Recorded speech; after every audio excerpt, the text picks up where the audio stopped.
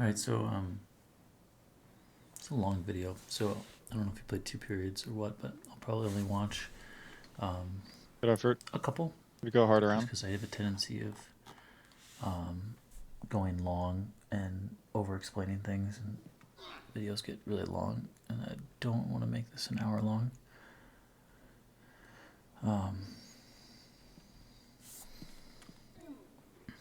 So I assume this is some kind of You have time. structured game. Lots of time. I don't know if that's your voice, but if so, good comms so far. You get to this spot, and I think it's really important that you like work with this gap that the defender's giving you. So he's gonna inch back there. If you just go into his space, it's pretty easy for him to work back and close you off. And you are D. There's nothing wrong with you, joining the rush every once in a while, but I think you want to work in this like little compartment and kind of surf in and present yourself like that, super slowly. So you see how you kind of blow through your route there. There's a good chance that they're gonna push and then shift, and kind of maybe this guy might try and come back at it. If you go here, you'll pull this guy, but it's still check, check, check. So I think if you just kind of hang out in that little pocket rather than going down the ice, you'll get to this spot where it's a really easy just like play into you potentially. And if you don't get it, then you can just veer off and leave and go back to defending. Like if he goes indirect to this guy and he skates on, you're not here, you're just here, and you go. And the nice thing too is if he goes boom, goes to this guy might center lane drive, this guy might push, and all of a sudden like you're coming down that side. But if you get north too fast, then I don't think you're really gonna create a lot, because every time if he goes up to you, you'll just get bodied out. It's really hard to get to this ice down here.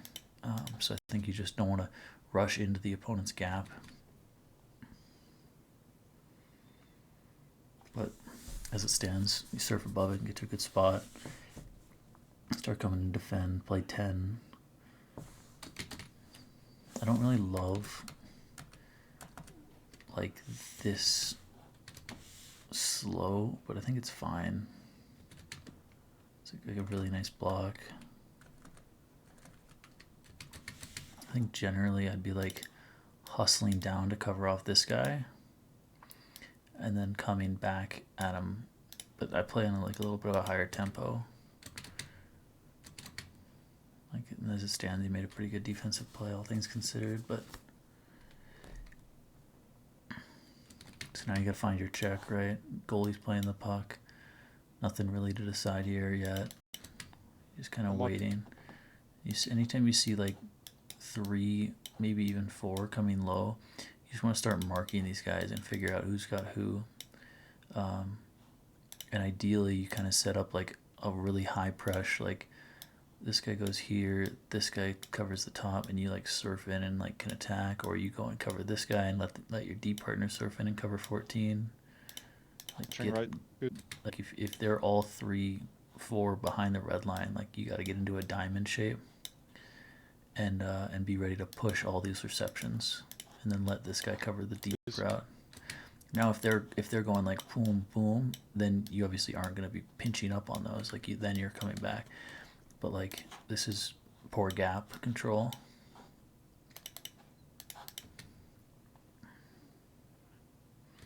So now you put yourself in a really awkward spot because you weren't gapped to begin with. When this puck gets bobbled, now it's going to be a send bypass right through you.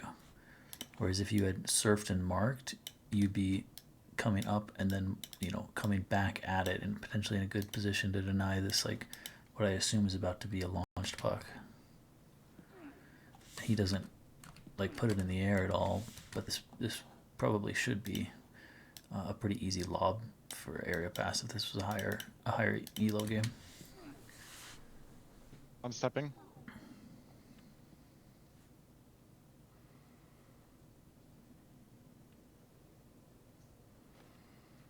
Nice.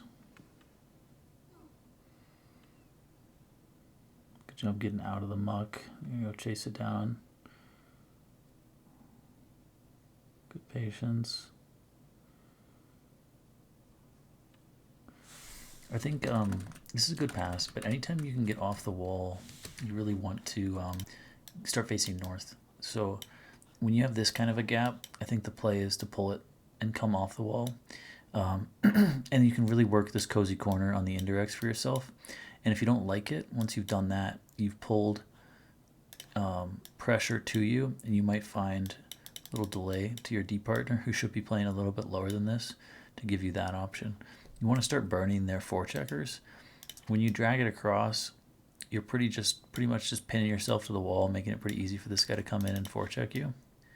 So anytime you have a puck pickup like here, you want to try and pull yourself off the wall. I know it can be a little bit dangerous, but generally you want to know that you can pull it, and then this guy might go vertical, right? And then you can find the send. So like there's your out, right? Or maybe you go indirect if you don't like what you see. Get an idea of like who's going where. But if you pull it here, I really think you can play underneath this guy and go. It's a pretty free turn. And if you're not comfortable doing those things, it's honestly just reps. The best thing that you can do is just like come in practice mode, throw a puck into the corner for yourself to go skate onto, and then practice just puck pickup, staring at map, pretending that you have a guy going like that, and find send. Like practice those breakout moves, and while you're fully watching the map, and until you get really comfortable doing that, and then you can do it with a partner if you want. Have a guy who wants to work on his forechecking ability, like you can just have him dump for you, and like that's a warm up I used to do when I was playing like before the playoffs last season. I would just work on my breakout like against pressure. It's pretty weird because you're just like all by yourself forechecking. There's not a second layer that comes in, but you manage to steal it. This is like a tough spot in it. It's just honestly will take a long time to learn, but I find when you get into these spots, center is death for me. A lot of the stuff where you throw it, and as you see, it's just going to come the other way. This is another area where you just have to be comfortable enough to do it. But if you want the true like read here, this 12 will probably back off you. He's probably not also going to come, and this guy's taking a cheater angle to meet you here. So if you control cutback, you'll have a pocket of space so you can decide what you want to do. Now the second guy, like 7, might come missiling at you. 12 might block him. Like it puts in a pretty awkward spot. But if you cut back on that wall, you might have a play. The other option is like, if you don't love your options when you get to this point, you can control spin, go back even further. Like there's nothing wrong with, if you see body, nothing wrong with a control spin back to the around to the weak side, and just set your guys up to go play on the weak side, because if you look at all these 4 guys are working onto the strong side of the puck. So if you can just find any way to change sides and get it to this area, that can be pull over the top and send over everyone's head, or back around like that. But what you don't want to do is just throw it to the middle and have it be easily blocked. It's the same thing with sometimes point shots can be dangerous for you, just because they'll get blocked and then they go the other way.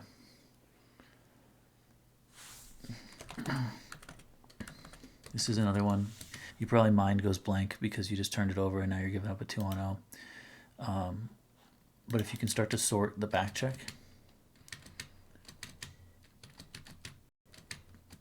if you start to read at that point that he's going to get it, I don't know, maybe I'm overanalyzing, but sometimes you want to just pick up a guy on the back check. If you're not going to be the one like winning the first one back to the loop paint. And that's good. Like this is a standard breakout you see a lot at high levels.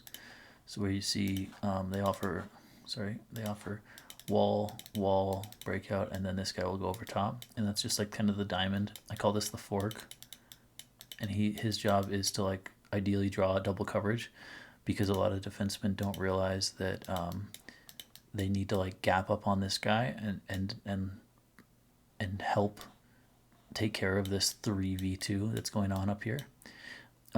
And so the fork's job is to draw duplicate coverage, and then this guy can choose left or right depending on what the F2 decides.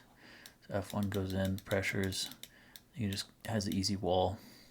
This guy comes back. This guy goes up. So it just has like options on either side. So this is really good that you step up on this. It makes it easier for then your D partner to understand that 10 is his job as he goes back, and 41 has to know that he can't missile below this line. So you get up there, really tight gap. It's great. I think you can come back the other way. Like I don't think you want to come back on it that way. I think you want to come back on like that way, so you can play into the board bounce if you get into a tough spot. But Ron, step forward. sometimes it's really not that Stepping. big of a deal. I'm guessing he's gonna board bounce you here. There's not a ton that you can really do, but I would just be working to line up the body and then maybe stick to the wall.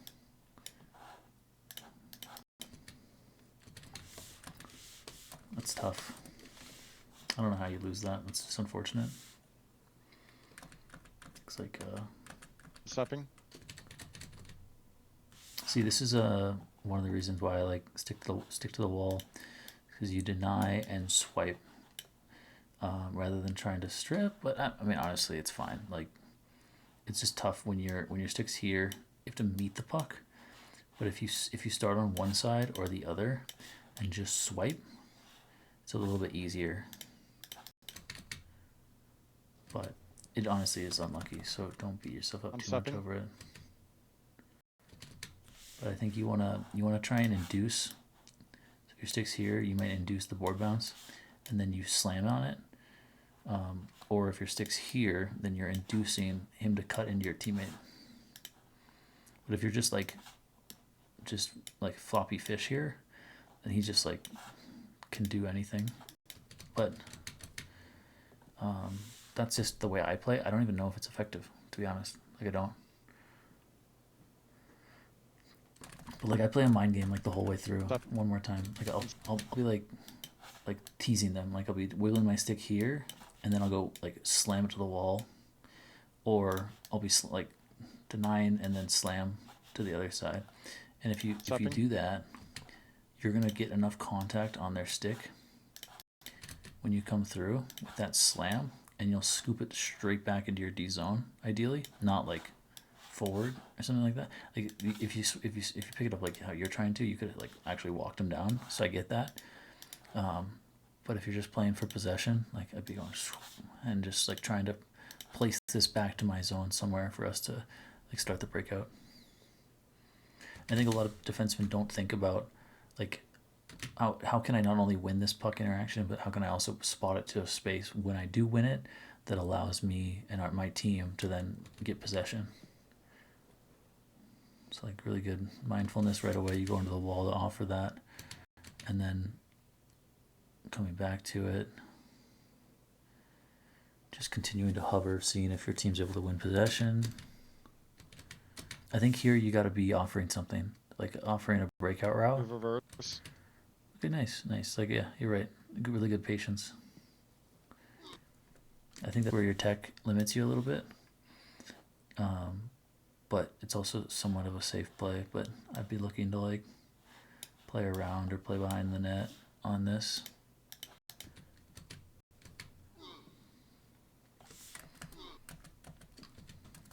Look at it again. It's a scary puck to try and corral, but I think it's doable if you kind of tap control and play it to yourself. But also might have reacted the same way if that's like cup finals and I get a puck like that. See there, your problem is not ulting, pushed off boards. I think play could be jump 180 or control spin back to it and then find weak side.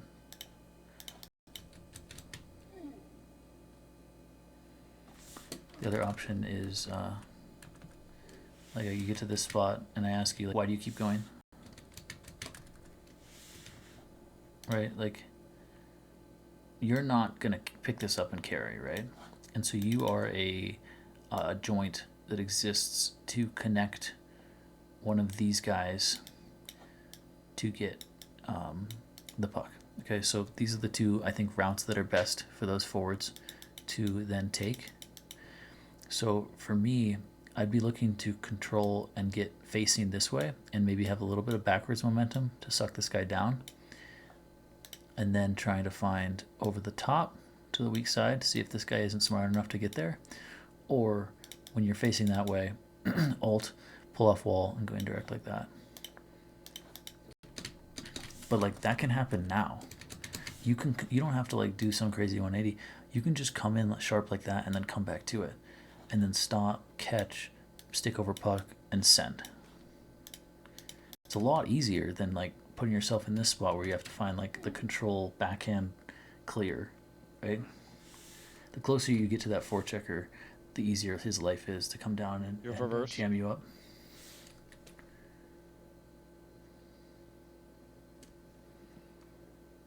Okay, so now you're probably F1. Stepping hard.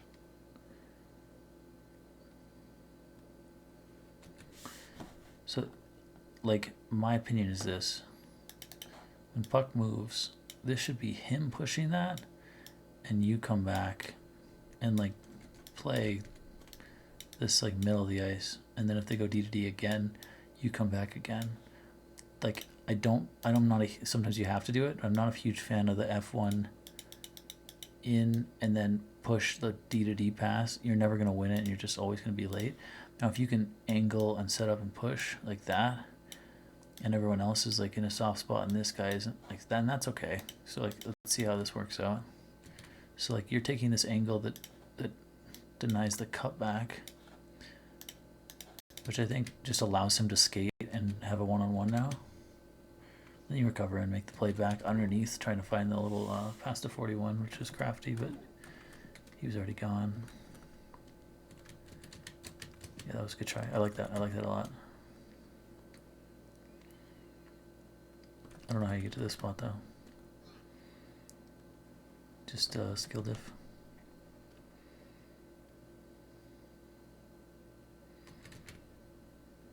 Good. I'm staying with 7. Yep, again, same concept from before. You're on 7.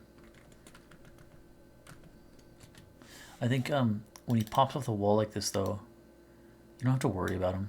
I think at that point, you kind of want to, like, be behind. I don't know. I think at this point, if you look what's happened, 41 has failed to stay above his check. So you want to ideally release 7, even though you just said staying with 7 to 41, and kind of probably come back either way to help deny the 2-on-1. If he is working to you here, then you stay with him. If he's working all the way to the puck, like 41 can help that. And he's also not like that great of an option because no one uses these like curl routes. And even if they do, 41 will meet him. So like on that one, I think, as you say, as you're on him, but then 41 is not above his check, I think you can like abandon that.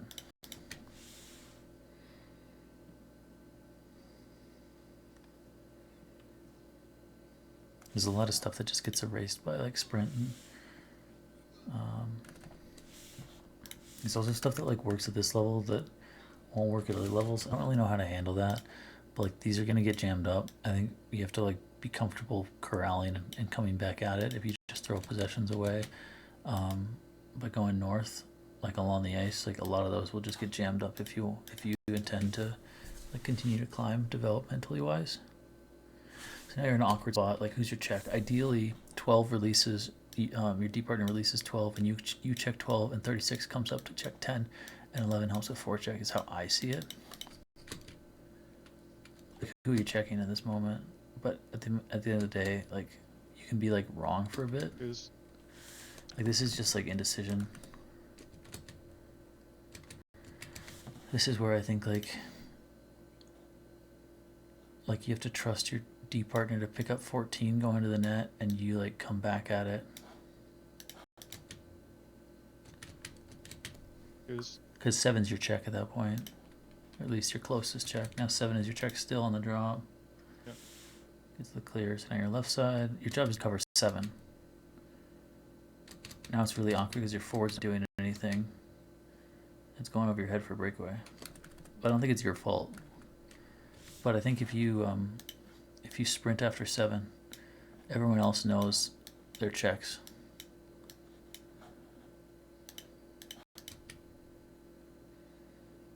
But maybe I'm wrong. Maybe like maybe you don't need like,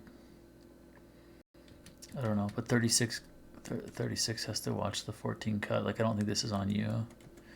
But some of the indecision, like in the lack of comms of calling, like this is where you have to be, I think, a leader, at least if you intend to be, with like understanding like this route is dangerous, right? Like I can't get there. No matter what you do at this moment, you cannot cover 14 if he cuts like that and they go over the tops like 36. Watch deep, 36 watch deep, like 36 cutting, like 11 pick him up. Like anyone could have saved that situation.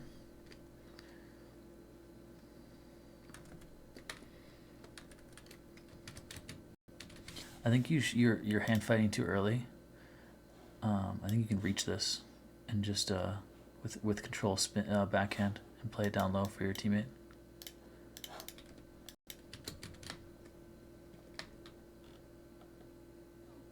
That's crazy. I don't know. I'm not gonna commentate on that. I don't even know what happened.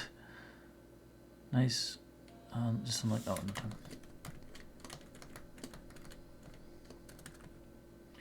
These are always tough spots. It's unlucky your stick goes in the air. Nice. Good spot for your teammate. Now I'm thinking around if he wins it. You can pinch, I think. If you pinch and you call 11 to cover back. I'm stepping. Yeah, there you go. Nice.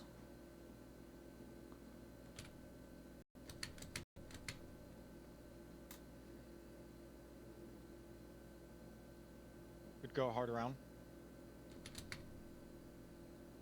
It's kind of a crazy call. Could go hard. I guess I see it, but he is a wrist shot.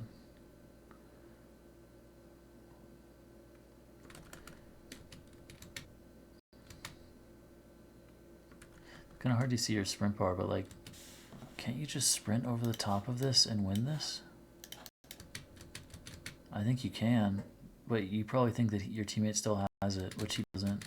So failed read.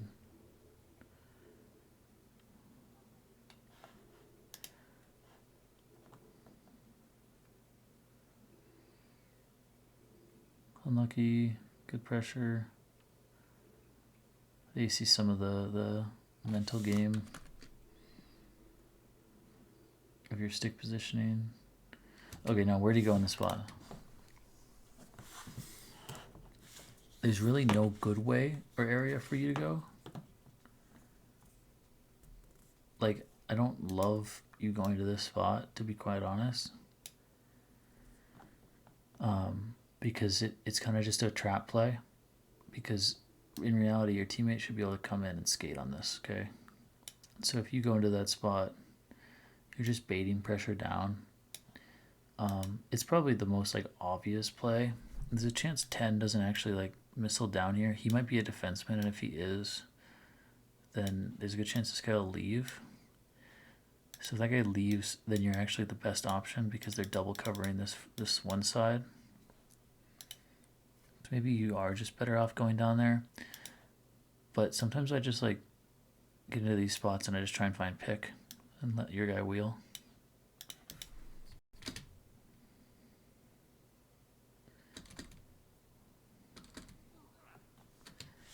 So you can just see like there's really not anywhere to go on that play.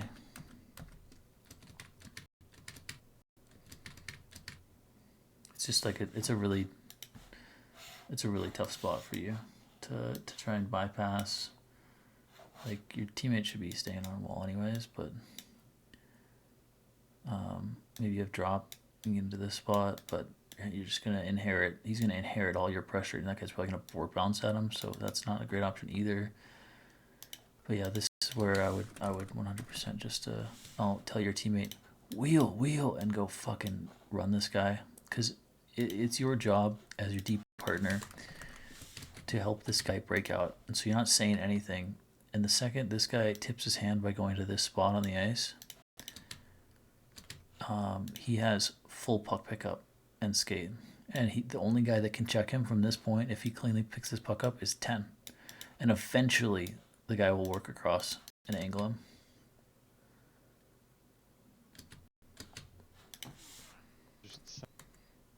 sent it. Okay, so now 10's lean green. 36 needs to gap up. You gotta stay above 10. Yep. Good. Good surf. Nice. Okay, so what do you do after the pass? You're gonna go into this like hornet's nest of fucking blue players, or are you gonna go to the wall where the puck might end up bouncing in 2 seconds? And if you go to the wall and the puck doesn't work out because this guy can't receive, you board bounce back into D zone positioning. But if you're just hang out here, like hoping for the like drop, then you're gonna weave through, like, just go to this wall.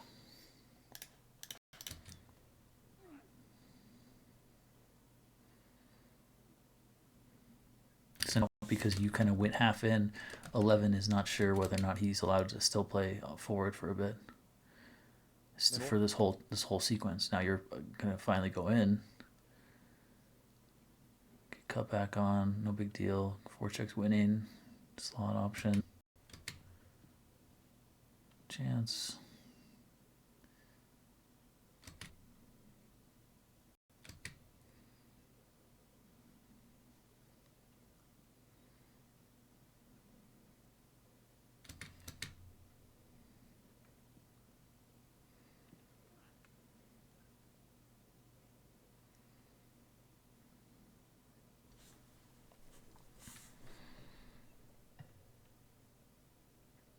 I have puck. Good read. But the teammates aren't giving you anything. One guy should be playing to this whole area over here, and then all you just have is indirect freebie. They don't give you anything, so I won't blame you at all if you just dump this. Nice, right on the dot actually. Great pass. Now, like, you should be calling for this. Like, you should be screaming for this. You've dropped. Does he have drop?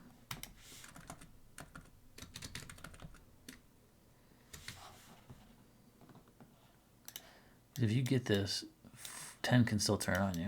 You've dropped.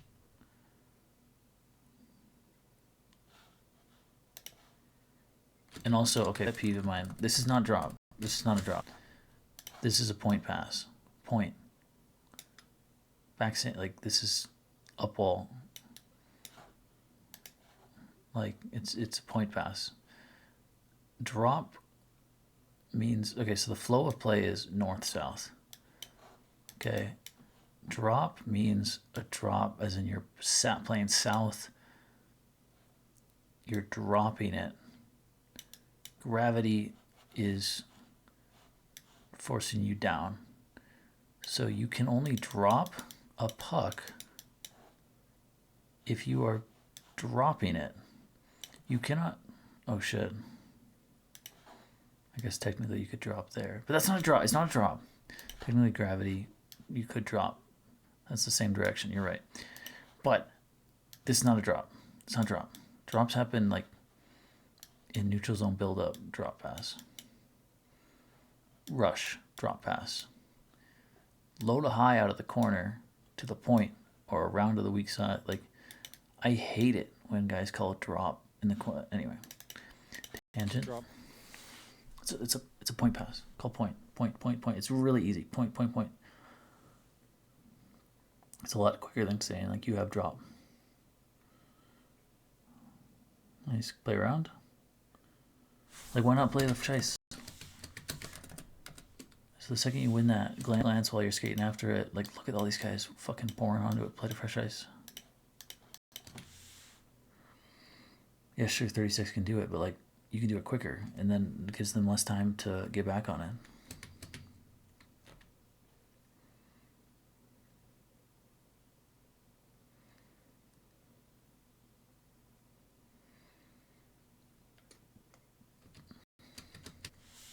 I mean, same thing, like, why not call for that? It's a great pass, though. Nice. Let's go, Ron.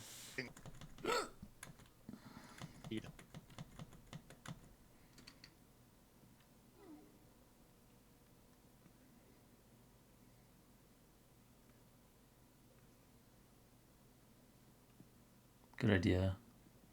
Nice. Good heart, stay back.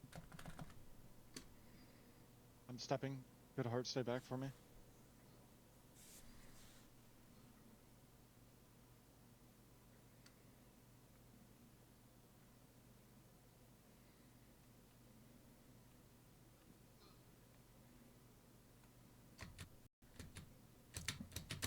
Where you going? Like, the obvious play is a chip down in the corner. Teammates are already going to that side. Should be all over that.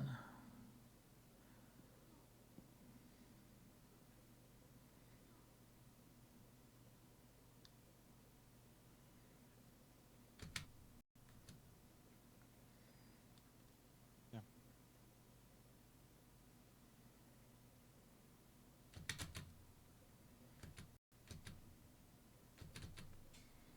Wow, okay, that's crazy. Okay, in my opinion, you lost your mind on this forecheck. I think this is your check. And, like, you just let him slip for no reason, giving your teammates a 2-on-1 when he can clearly just, like, send.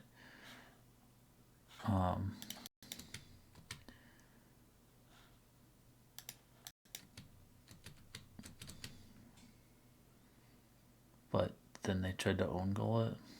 So I don't know what to make of that.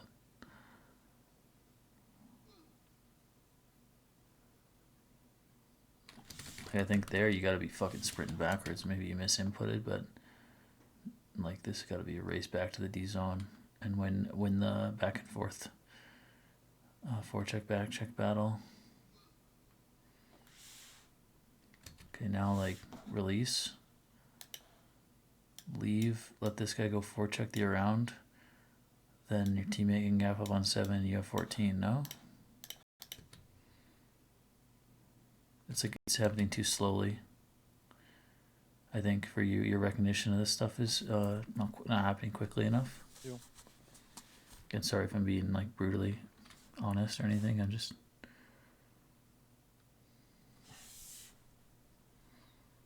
because there's like you have good ideas, so you have like you clearly have a good mind for the game. Seems like you're just the defensive reading is a little bit latent. Like even in this spot, like they're doing a double swing, right? Double swing onto this side, and you gotta like control yourself and then meet that swing at some point along the swing. You come all the way through, and you give a 2-on-1, right? It's really important that you, when it gets convoluted, like you're aware of what it is and which guy is most likely to cut off his route and go north, and which guy is gonna be more likely to continue sagging down. You look like you want to cover 10, but you can't because 41 isn't doing his job. Partially just because they like spun on you. So if you see how the breakout works, it's dumped in. Okay. Then it's puck. Basically like generally that's how it would more often look. 41 gets sprung on. And like this will happen all the time where F2 just gets caught in no man's land and you gotta like play damage control and make sure you don't give up the stretch or the rush. Unlucky. Okay. I think it's a good game. Like it's good framework. It's just like the quicker you can recognize some of that stuff, the better off you'll be.